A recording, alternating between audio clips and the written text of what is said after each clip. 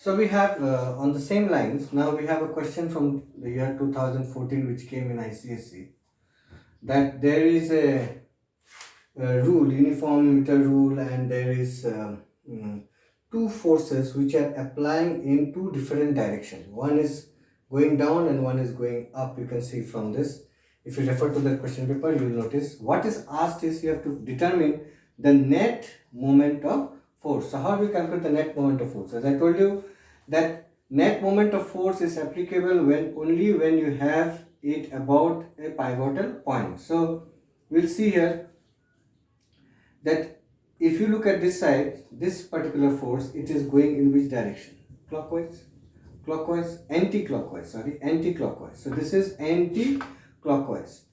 But the other force that we are talking about here, which is also 5 Newton, is going up. So up means what? This is also anti-clockwise. So what will be the net moment of force? Will be this one. If you take first, moment of force is nothing but force multiplied by perpendicular distance. So this is how much? Force is 5 into 50 by 100. So how much does it come to? 5 ones are 5 twos are 2 ones are 2.5. So this is 2.5 Newton meter. I converted this distance into meter. And the second one, so remember that this is also plus. Plus means what? Anti-clockwise moment of force. And the other one is also what? 5 into 50. This distance is 50. So we'll get 50 by 100 means 5 ones are 5 twos are. So this also turning out to be 2.5 Newton meter.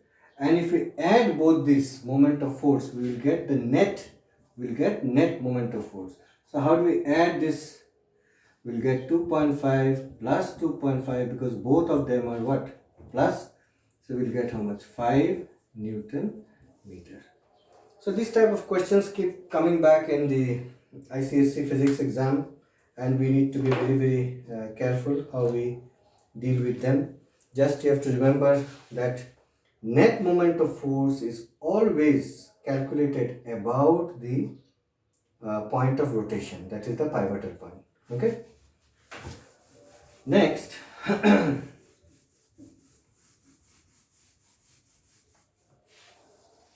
next thing that we'll discuss is equilibrium. Equilibrium. So what is equilibrium? So it is that point where net force, that point where net force is 0. Okay, this is one.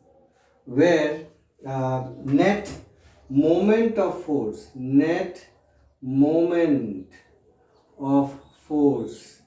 is also, or torque, you can say torque is also equal to 0. Now when we talk about net force equal to 0, we are actually referring to what? We are referring to translational motion. And when we are talking about net moment of force, that means torque, that means we are referring to what? Rotational motion. So both are different. So equilibrium is that point where net force is 0 or net moment of force is 0. So we are actually going to discuss mostly related to what? Our rotational motion. So there are, equilibrium is also divided into two types. One is static, which is static equilibrium, and the other one is dynamic equilibrium. So what is static equilibrium? Static equilibrium is applicable to any body or object which is at rest, and the net force is 0. But here dynamic equilibrium means a body which is in motion, but still its net force is 0. Now you may be thinking, how is it possible that an object is in motion and still the net force is 0? It is possible. Let's say you are talking about a car which is moving with a constant with a constant velocity of say 30 kilometer per hour. Okay, 30 kilometer per hour, you convert it into meter per second.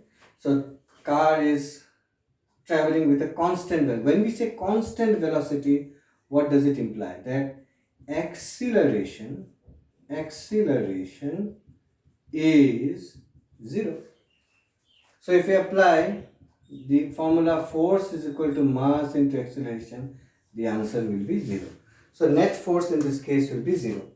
So if we we'll take a look at the examples also, like when we're talking about static equilibrium, what example can we, like we can take a ruler, okay, and we can balance it on a fulcrum or some point edged device, and if it does not rotate anti-clockwise, neither does it rotate clockwise, and it continues to remain at rest, then we'll say that it is following what? Static equilibrium.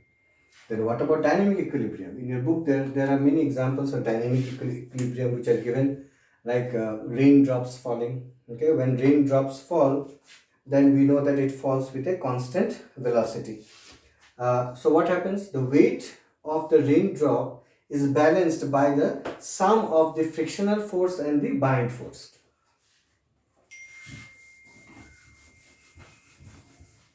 Let us talk now about principle of moment of force.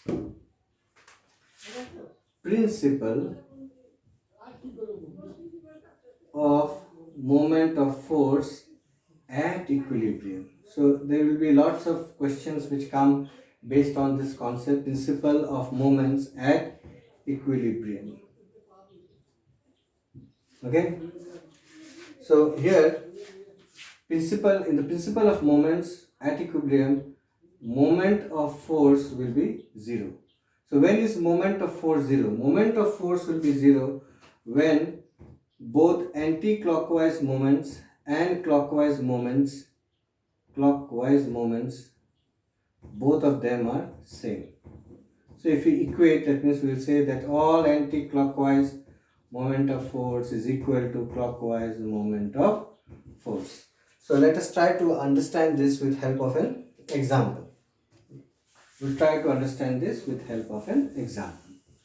So let's take a uniform rule, meter rule. So this is a uniform meter rule, and it is balanced at the center, which is at 50 centimeter, and we have a mass of 5 kg which is kept at a distance 10 centimeter, and then there is another mass of 10 kg, but at what location should it be kept, at how much distance should it be kept from the fulcrum in order to bring this ruler or this rule in equilibrium? We can say equilibrium, or we can use another word which is balanced. So you may get the question using equilibrium or balance, or you may also get this point horizontal. Okay, so we know that principle of moment of force says that all clockwise moments is equal to all anti-clockwise moment. So anti-clockwise moment means anti-clockwise moment of force is equal to clockwise moment of force. So moment of force means whatever is the force, 5 kgf multiplied by 10 is equal to, we know the mass here which is 10 kg, but we don't know how far it is kept. So, so that we can bring it into equilibrium or balanced or horizontal position. So this 10 you will multiply by x. So then how much will be x? 5 into 10 divided by, this is not 10, this is, how far is it? 50 minus 10 is 40. So this will be 5 into 40 divided by 10. So gone 10 and 0 we cancel here, 5 4s are 20 centimeters. So that means it should be kept at how much distance from the fulcrum? At 20 centimeter. 20 centimeter means at how much distance? 70 centimeter. 20 means at 70. Let us take another example which came in as a question in the Icse in 2012. So let us look at that question. It says there is a uniform meter rule. I am giving you this question, so the answer you have to send it to me. So it is balanced from the center at a distance of 2 meters from the center.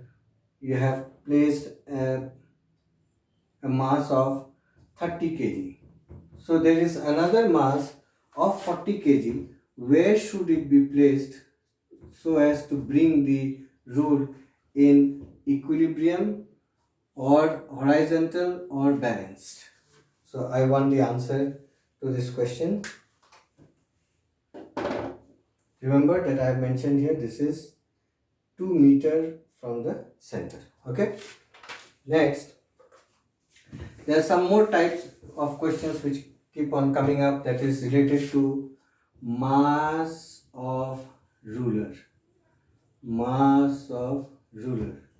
So regarding mass of ruler, one thing that you have to keep in mind, that whatever is the ruler, a ruler always, or a uniform meter rule, when we use the word uniform meter rule or uniform half meter rule, okay, so the ruler always has its mass at the center. So if this is a meter rule, that means where is its mass applicable? Its mass is applicable at the center. That means where is it? 50 centimeter. So the type of question that come is, there is a uniform meter mass rule.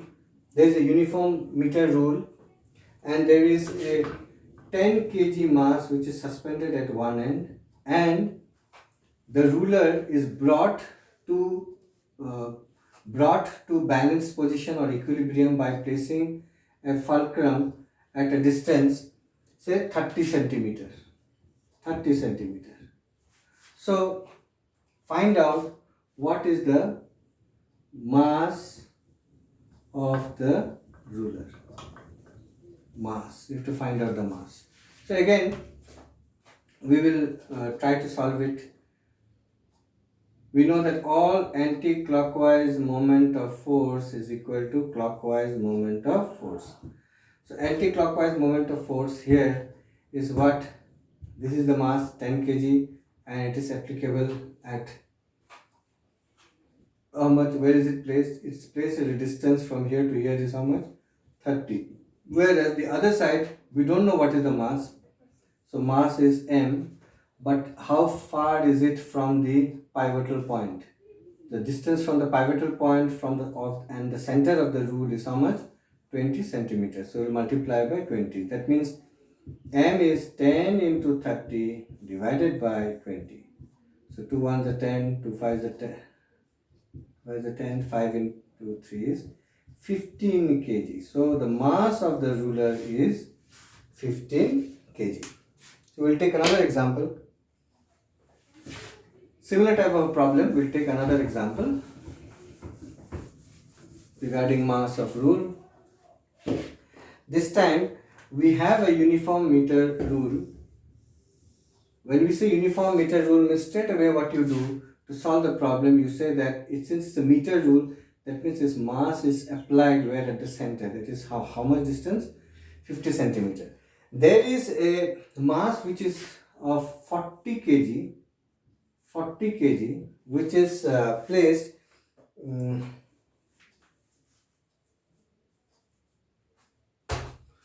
at a distance 5 centimeter, and the entire ruler is brought to equilibrium by placing a fulcrum at the location same 30 centimeter. Okay, so find out what is the mass of the rule. So here again, mass of rule, this is the question. So how do you find out? Same again, you write anti-clockwise moment of force is equal to clockwise moment of force. Anti-clockwise is, see how much is the force, 40 kgf, and how far is it from the fulcrum or the pivotal point. So the distance here from the pivotal point is 30 minus 25 is 25, and clockwise we don't know what is the mass, but we know how far it is from the fulcrum. So from here to here is how much? 20. So multiply 20. So mass is equal to 40 into 25 divided by 20. So 21s are 22s are. So mass is 50 kg. So now we'll continue to the next.